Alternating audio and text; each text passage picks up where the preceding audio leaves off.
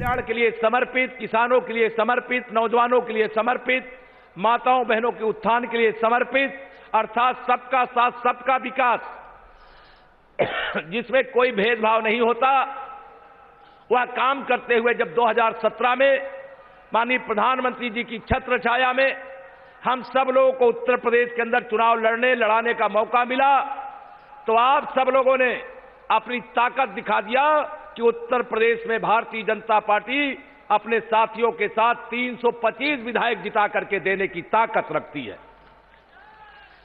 लेकिन उसके बाद आपने सबसे बड़ी ताकत दिखाई 2019 में।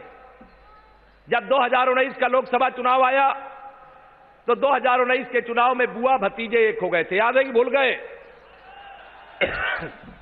सबको लग रहा था श्री अखिलेश यादव जी तो उस समय प्रधानमंत्री पद की शपथ लेने की तैयारी करने लगे थे। उनको ये पता ही नहीं था कि उत्तर प्रदेश या देश के दिल में हमारे आदरणीय प्रधानमंत्री जी काशी के सांसद जी रहते हैं।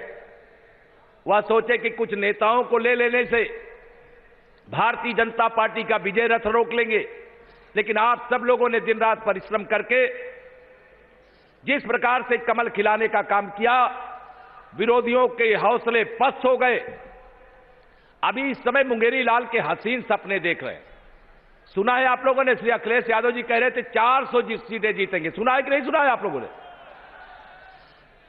काशी के पूरे जनपद के अंदर समाजवादी पार्टी का खाता खुल रहा है क्या कहीं?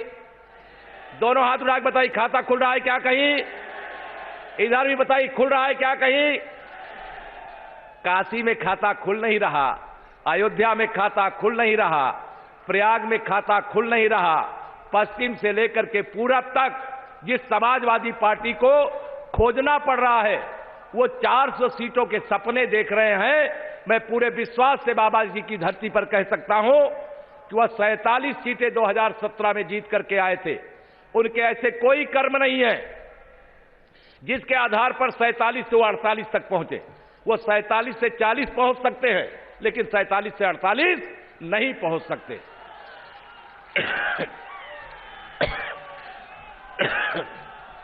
पहले और दूसरे चरण के चुनाव में आपको बता दूं, उनका चुनाव निशान क्या है मालूम है? साइकिल। और साइकिल पश्चिमी से उड़ करके, पश्चिम उत्तर प्रदेश से उड़ करके सैफई पहुंच गई थी, और सैफई के लोगों ने उड़ा दिया वहां कमल खिला करके। अब उड़ते उड़ते बंगाल की खाड़ी की ओर जा रही है। अब उसको उड़ाने का आगे का जिम्मा आप लोगों का है। ये गुंडागर्दी वाली सरकार को समाप्त करके विकास करने वाली सरकार को, सबको सुरक्षा, सबको सम्मान देने वाली सरकार को आपने अपने परिश्रम से बनाने का काम किया है। आप सब भारतीय जनता पार्टी के वह महान कार्यकर्ताओं में से हैं जिन कार्यकर्ताओं के बल पर भारतीय जनता पार्टी शून्य से शिखर तक पहुंची है। हमारी सरकार ने सबका साथ सबका विकास किया है। किसी के साथ भेदभाव हुआ है क्या बताइए?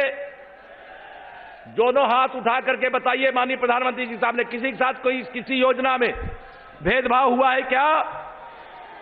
अगर किसी योजना में भेदभाव नहीं हुआ है, हमारी माननीय प्रधानमंत्री जी के मार्गदर्शन में डबल इंजन की सरकार ने गरीब गरीब को एक समान माना, किसान किसान को एक समान माना, बेटी बेटी को एक समान माना, मजदूर मजदूर को एक समान माना, नौजवान नौजवान को एक समान माना। हमने उसमें हिंदू मुसलमान देखा है क्या कहीं किसी योजना में? हमारी केंद्र की प्रदेश की सरकार ने कोई भेदभाव किसी योजना में किया है क्या? सबके साथ सबके विकास के लिए समर्पित हमारी सरकार के समर्थन में 2017 के बाद 2019 में हमारी ताकत जनता के आशीर्वाद से बढ़ी है।